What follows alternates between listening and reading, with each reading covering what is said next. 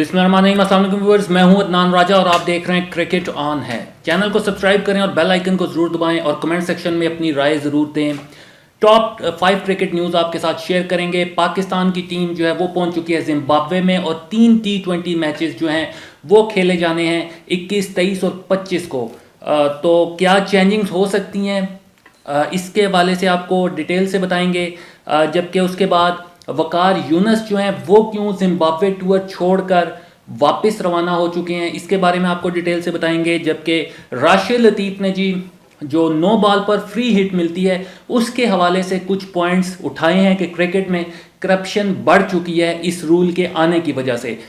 ये बताएंगे। फिर आपको बताएंगे जी कि हैदर अली के हवाले से शोएब अख्तर ने बड़ा बयान दिया है। शोएब अख्तर ने तनकीद की है हैदर अली पर। ये क्या सीन है, ये आपको डिटेल से बताएंगे। जबकि आखिर में बताएंगे जी 2 दुनिया के टॉप क्रिकेटर्स हैं उन्होंने रोज़ा रखा है, इसके हवाले से भी आपको डिटेल से बताएंगे। तो पहले बताते हैं जी वकार यूनस के हवाले से। बॉलिंग कोच हैं पाकिस्तान के, वो रवाना हो चुके हैं वापस जिम्बाब्वे से। जिम्बाब्वे टूर उन्होंने छोड़ दिया है, वो वापस रवाना हुए हैं। तो उसकी बड़ी वजह ये सामने आई है कि उनकी अहलिया की सर्जरी जो है वो होने जा रही है रमज़ान के बाद, ईद के बाद। तो इस वजह से वकार यूनस ने पाकिस्तान क्रिकेट बोर्ड से इजाज़त मांगी थी और पीसीबी ने उनको इजाज़त दे दी है और वो वापस जो है वो ऑस्ट्रेलिया बजरिया पाकिस्तान जो है वो रवाना होने वाले हैं। आज ही उन्होंने रवाना होना है, उनकी अहलिया की सर्जरी है इसी वजह से। और जल्दी जाने का रीज़न ये है कि 14 दिन जो है वो क्वारंटाइन में रहना पड़ता है ऑस्ट्रेलिया में। तो इसी वजह से जी वकार यूनस जो है वो वापस रवाना हो चुके हैं। अब बात करते हैं जी पाकिस्तान की टीम में मुमकिन तब्दीलियों के हवाले से, क्योंकि जिम्बाब्वे का टूर जो है वो ज़्यादा मुश्किल नहीं है, कंडीशन ज़्यादा मुश्किल नहीं है पाकिस्तान की बैटिंग के हवाले से अगर बात की जाए, क्योंकि साउथ अफ्रीका में कंडीशंस मुश्किल थी। बॉल जो है बहुत ज़्यादा जो है वो अनइवन बाउंस हो जाता था, बाउंसिंग विकेट्स थी। हमने देखा कि हमारा मिडल ऑर्डर जो है बहुत ज़्यादा स्ट्रगल किया साउथ अफ्रीका में, और सिर्फ इस वजह से कि शॉर्ट पिच जो बॉल्स हैं उस पर पाकिस्तानी प्लेयर्स इतने तगड़े नहीं हैं। ये बड़ी पुरानी रवायत पाकिस्तान की चलती आ रही है कि पाकिस्तान के बैट्समैन जो हैं वो शॉर्ट पिच बॉल्स पर इतने ज़्यादा अच्छे जो है वो बैटिंग नहीं कर सकते। तो इस हवाले से जो जिम्बाब्वे में कंडीशंस हैं वो कदरे इजी हैं साउथ अफ्रीका के मुकाबले में, और टीम भी जो है वो जिम्बाब्वे की इतनी अच्छी टीम नहीं है। तो इसमें आप बात करते हैं जी कि कौन सी जो है वो आम तब्दीलियां जो हैं वो पाकिस्तान टीम में की जानी चाहिए। एक तो हमने देखना है मिडल ऑर्डर को। टॉप 4 स्लॉट्स जो हैं वो तो हमारी फिल हो चुकी हैं, टिक मार्क लग चुके हैं कि ओपनिंग जो है वो वर्ल्ड कप तक भी रिजवान और बाबर आजम करेंगे, जबकि 1 डाउन फ़खर जमान है, 2 डाउन मोहम्मद हफीज़ होंगे। तो ये टॉप 4 स्लॉट जो हैं वो तो हो चुकी हैं। अब हमें मिडल ऑर्डर में 5th स्लॉट और 6th स्लॉट के लिए प्रॉब्लम्स आ रही हैं। दानिश अजीज जो है वो फेल हुए, नाकाम हुए साउथ अफ्रीका में। शॉर्ट पिच बॉल्स पर नोकिया ने उनको 2 बार आउट किया। तो अब मेरा ख्याल है कि दानिश अजीज को दोबारा चांस देना चाहिए। एकदम जब आप किसी प्लेयर को लाते हैं डोमेस्टिक में, वो परफॉर्म करता है, तो आप 2 इनिंग्स पर उसका कैरियर जो है वो ख़त्म नहीं कर सकते। जिम्बाब्वे के टूर पर उनको ज़रूर T20s में चांस देना चाहिए और देखना चाहिए कि क्या जिम्बाब्वे के खिलाफ वो अच्छा परफॉर्म कर सकते हैं या नहीं। और अगर अच्छा परफॉर्म कर गए तो 5th स्लॉट के लिए पाकिस्तान के पास एक अच्छी चॉइस बन जाएगी हैदर अली के अलावा। हैदर अली क्योंकि नाकाम बहुत ज़्यादा हुए हैं, शायद 40 से 45 रन उन्होंने सिर्फ 3 T20s में साउथ अफ्रीका के खिलाफ किए हैं, और लास्ट 9 से 10 इनिंग्स में वो इतना अच्छा परफॉर्म नहीं कर सके। तो उनके करियर पर भी क्वेश्चन मार्क इस वक्त लग चुके हैं कि अगर वो अच्छा परफॉर्म आगे नहीं करते तो वो एक बड़ा ही ब्राइट कैरियर जो है वो ख़त्म करवा सकते हैं। टैलेंट बहुत ज़्यादा है लेकिन उनको देखना पड़ेगा। शोएब अख्तर ने भी उनके हवाले से आज एक बड़ा बयान दिया। उन्होंने कहा कि हैदर अली को छोटे बच्चे नहीं हैं, उनको देखना चाहिए। वो चौके और छक्के के बजाय अगर सिंगल डबल लेकर भी अपोजिशन पर जो है वो प्रेशर डाल सकते हैं। तो बड़ा ब्राइट कैरियर है, बन सकता है हैदर अली का अगर वो सोच समझ कर खेलें। जबकि दूसरी तरफ जी मिडल ऑर्डर में सरफराज अहमद भी हैं, आसिफ अली भी हैं, ये चॉइस भी बन सकती है। मोहम्मद हफीज़ तो हैं। तो क्या जो है वो चॉइसेस हो सकती हैं। मेरा ख्याल है कि जिम्बाब्वे के खिलाफ शायद फर्स्ट मैच में तो पाकिस्तान फुल स्ट्रेंथ के साथ जाए, ऊपर से जो है वो बाबर आजम और मोहम्मद रिजवान जो है वो ओपन करें, फिर जो है फ़खर जमान हो, उसके बाद मोहम्मद हफीज़ हो, फिर हैदर अली को चांस दिया जाए। तो नेक्स्ट जो है वो आसिफ अली को हो सकता है खिलाया जाए, लेकिन आसिफ अली नाकाम हुए हैं, तो क्या आसिफ अली के साथ ही मैनेजमेंट जाना पसंद करेगी या दानिश अजीज को चांस दिया जाएगा? तो मेरा ख्याल है कि शायद कंटिन्यू करें, लेकिन यहां पर जो है वो टाई होगा, दानिश अजीज या आसिफ अली में से किसी एक को खिलाया जा सकता है, देखना पड़ेगा। या पाकिस्तान 2 स्पिनर्स के साथ जाएगा, और फिर अगर पहला और दूसरा मैच पाकिस्तान जीत जाता है तो फिर तीसरे मैच में शर्जील को ऊपर लाने के लिए आप जो है वो एक चेंज कर सकते हैं। मोहम्मद रिजवान अच्छा परफॉर्म, नो डाउट पाकिस्तान के बेहतरीन जो है वो इस वक्त इन फॉर्म बैट्समैन है बाबर आजम के बाद, तो उनके अगर उनको बाहर बिठाया जाए और उनकी जगह जो है शर्जील खान को चांस दिया जाए तो फिर विकेट कीपर की स्लॉट भी खाली हो जाती है, तो सरफराज को भी मिडिल ऑर्डर में खिलाया जा सकता है। तो सरफराज को अगर साथ रखा हुआ है तो ये बेहतरीन सीरीज है उनको T20 में चांस देने के लिए, क्योंकि साउथ अफ्रीका के खिलाफ आखिरी ODI में तो चांस दिया था सरफराज को, लेकिन वो इतना अच्छा परफॉर्म नहीं कर सके, 12 से 13 रन सिर्फ उन्होंने बनाए थे।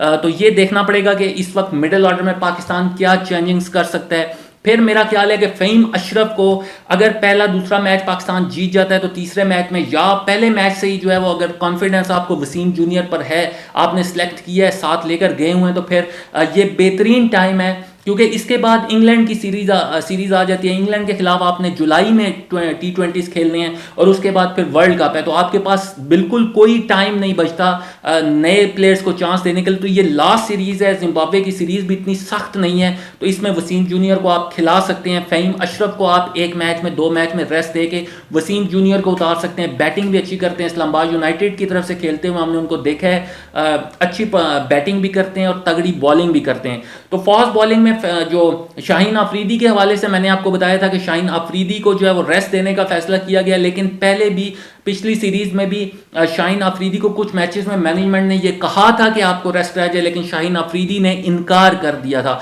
उन्होंने कहा था कि मैं खेलूंगा।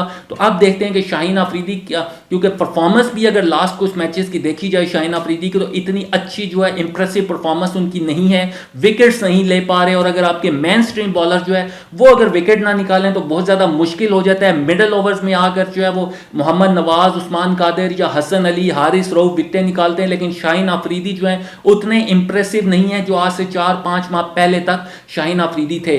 तो शाहीन अफरीदी को जरूर रेस्ट कराना चाहिए। उनके करियर का जो है वो सवाल है। आगे इंग्लैंड की सीरीज है, PSL है पहले, फिर इंग्लैंड की सीरीज है, क्योंकि इंग्लैंड के खिलाफ तो आपको फुल स्ट्रेंथ के साथ जाना पड़ेगा। तो जो भी आपने एक्सपीरियंस करने हैं वो इस सीरीज में करने हैं। तो फ़हीम की जगह वसीम जूनियर आ गए, उसके अलावा शाहीन अफरीदी की जगह मोहम्मद हसनैन को चांस दिया जा सकता है। साउथ अफ्रीका के खिलाफ भी हमने देखा कि उनको चांस दिया गया है, लेकिन उस तरह का बहुत अच्छा परफॉर्म नहीं कर सके। उसके अलावा उनकी पेस भी काफ़ी कम हुई थी, क्योंकि PSL में हालिया मैचेस में हमने जो कुछ मैचेस हुए तो उसमें देखा था कि वो 150 प्लस की जो है वो स्पीड से बॉलिंग कर रहे थे, लेकिन जो साउथ अफ्रीका के खिलाफ उनकी स्पीड भी बहुत ज़्यादा कम हो गई थी, वो 135 to 138 पर आ गए थे। और मोहम्मद हसनैन को पाकिस्तान ने पिक जो है वो इसी वजह से किया गया था मैनेजमेंट की तरफ से कि वो स्पीड उनकी बहुत अच्छी है, अगर उनकी लाइन और लेंथ कंट्रोल हो जाती है तो बहुत अच्छे जो है वो तगड़े बॉलर बन सकते हैं और पाकिस्तान को काफ़ी टाइम तक सर्व कर सकते हैं। तो मोहम्मद हसनैन एक फर्स्ट चॉइस हो जाती है, और उसके अलावा अरशद इकबाल हैं जो कराची किंग्स की तरफ से खेलते हैं, वो भी बहुत अच्छे बॉलर जो है वो मुझे तो दिखे हैं, इसी वजह से वो सिलेक्ट भी हुए हैं। और देखते हैं कि वो अगर उनको चांस दिया जाता है तो वो कैसा परफॉर्म करते हैं। तो ये शाहीन अफरीदी की जगह, क्योंकि अगर शाहीन अफरीदी नहीं खेलेंगे तो फिर आपको हारिस रऊफ और हसन अली के साथ आपको जाना पड़ेगा, और फिर एक फास्ट बॉलर के लिए जो है वो आपकी स्लॉट बचती है, तो उसमें मोहम्मद हसनैन या अरशद इकबाल को आप चांस दे सकते हैं।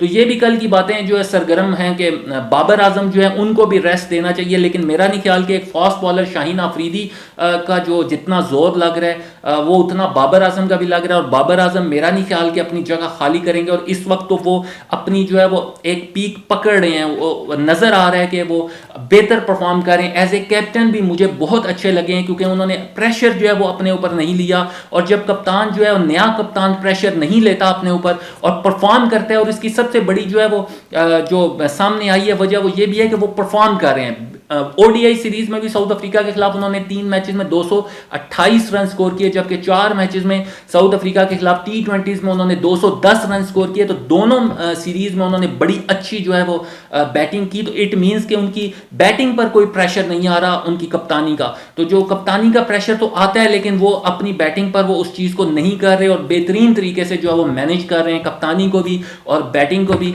तो मेरा नहीं ख्याल कि इस वक्त बाबर आजम को जो है वो रेस्ट देना चाहिए। बाबर आजम को एज ए कैप्टन जाना चाहिए और बेहतरीन है इस वक्त क्योंकि वो 2000 रन्स के भी करीब पहुंच चुके हैं, फास्टेस्ट 2000 रन्स।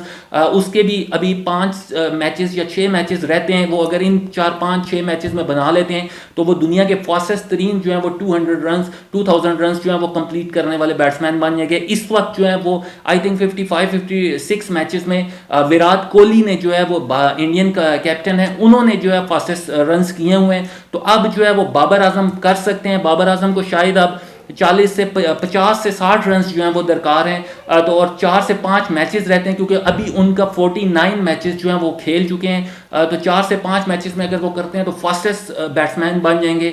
2000 रन्स जो है वो करने वाले, तो ये भी बड़ी अच्छी बात है जी।